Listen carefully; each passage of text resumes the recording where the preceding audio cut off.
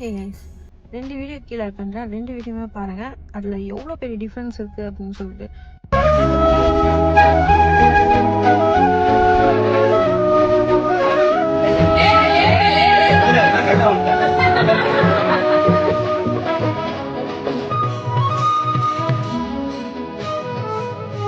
இருபது வருஷத்துக்கு முன்னாடி போட்ட அதே யூனிஃபார்ம், டீச்சர் கிட்ட வாங்கின அதே அடி.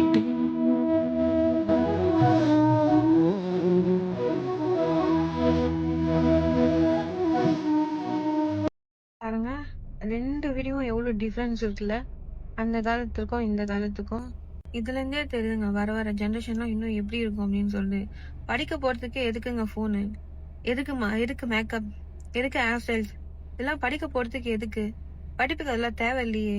நானே பார்த்தேன் பஸ்ஸில் போகும்போது ஃபோனை வச்சு செல்ஃபி எடுக்கிறாங்க ஸ்கூல் பசங்க. எப்படி ஸ்கூலில் வந்து ஃபோனில் அலோட் பண்ணுறாங்க எனக்கு சத்தியமாக புரியல.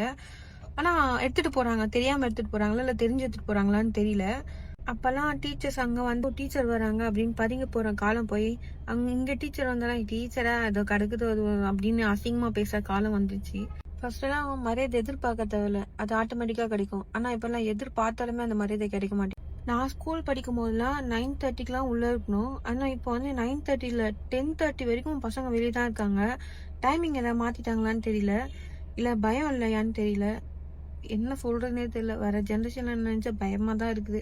ஸோ உங்கள் குழந்தைங்க என்ன பண்ணுறாங்க ஏது பண்ணுறாங்கன்னு வாட்ச் பண்ணுங்கள், அவங்கள ஃபோக்கஸ் பண்ணுங்கள் எவ்வளோ வேலை இருந்தாலும். ஸோ உங்கள் குழந்தைக்கும் நல்லது, உங்களுக்கும் நல்லது.